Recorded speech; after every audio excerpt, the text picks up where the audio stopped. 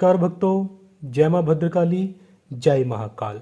हमारे YouTube channel प्राचीन मंत्र रहस्य में आप सभी का बहुत बहुत स्वागत है। तो आज हम आपको बताने जा रहे हैं पति पत्नी को अलग करने का टोटका। जी हाँ, अगर आप इस टोटके का इस्तेमाल करना चाहते हैं तो बिल्कुल सही मकसद के लिए कीजिए, क्योंकि हमारा यह टोटका बताने का यह कारण था। कई बार पति अपनी पत्नी से खुश नहीं होता और कई बार पत्नी अपने पति से खुश नहीं होती, और ऐसी ही स्थिति में वह कोई ना कोई बहाना, वह कोई ना कोई ऐसा मार्ग ढूंढते रहते हैं जिसके चलते हुए वह एक दूसरे से हमेशा हमेशा के लिए अलग हो जाए। तो इस ही वजह से आज हम यह टोटका बता रहे हैं कि अगर आप प्रेमी जोड़ों में से एक दूसरे को पसंद नहीं करते, एक साथ नहीं रहना चाहते, तो इस टोटके का आप इस्तेमाल कीजिए। इस टोटके की सहायता से आप दोनों का रिश्ता हमेशा हमेशा के लिए खत्म हो जाएगा। कोई अन्य व्यक्ति किसी पति पत्नी को परेशान करने के लिए इस टोटके का इस्तेमाल गलत मकसद के लिए बिल्कुल भी ना करें, क्योंकि हमारा बताने का ऐसा कोई भी मकसद नहीं है। तो आइए भक्तों, हम जानते हैं इस टोटके की संपूर्ण विधि। लेकिन उससे पहले अगर आपने अभी तक हमारे इस चैनल को सब्सक्राइब नहीं किया है तो नीचे दिए लाल बटन के ऊपर क्लिक करके अभी हमारे इस चैनल को सब्सक्राइब करें। तो आइए भक्तों, इस टोटके को करने के लिए आपने रविवार का या फिर शनिवार का दिन चुन लेना है। संध्या के वक्त इस टोटके को किया जाता है, और टोटके को करने के लिए आपको 2 नींबू की आवश्यकता पड़ेगी। पति और पत्नी की फोटो की आवश्यकता आपको पड़ने वाली है।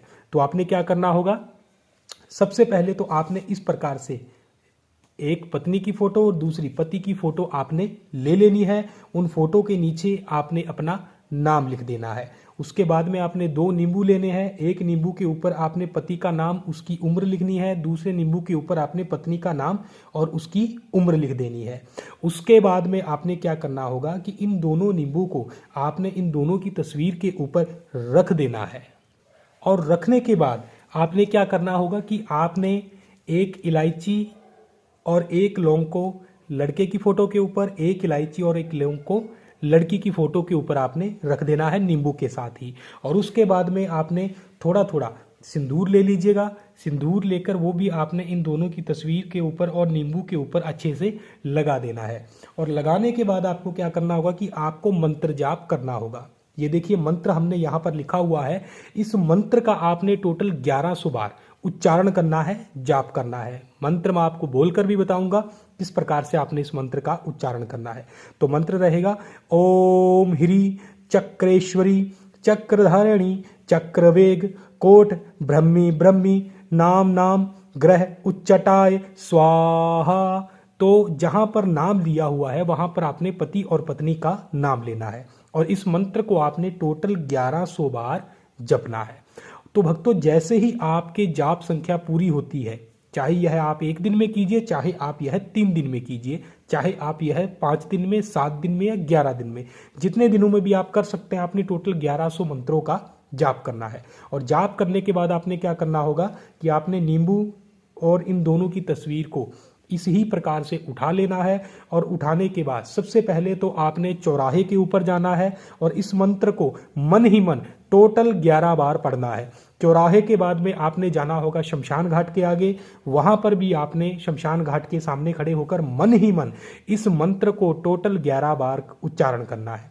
उसके बाद में आपने जाना है सीधा नदी के किनारे। अगर नदी का किनारा आपके आसपास है तो अवश्य जाइएगा, अगर नहीं है तो आप सीधा जाइएगा पीपल के पेड़ के पास, और पीपल के पेड़ के पास खड़ा होकर आपने इस मंत्र को मन ही मन टोटल 11 बार पढ़ना है। और पढ़ने के बाद इन दोनों की तस्वीर, दोनों नींबू, लौंग वह इलायची, सारी की सारी सामग्री को आपने उसी पीपल के पेड़ के नीचे गड्ढा खोदकर दबा देनी है। अगर आपके आसपास नदी का किनारा है तो नदी के किनारे जाइए, वहां पर खड़े होकर 11 बार इस मंत्र को पढ़िए। और इस नींबू को और इस पूरी की पूरी सामग्री को काले कपड़े में लपेटकर उसको 7 गांठ लगाकर आपने नदी के किनारे ही गड्ढा खोदकर गाड़ देनी है, ताकि कोई दूसरा व्यक्ति उसे निकाल ना पाए।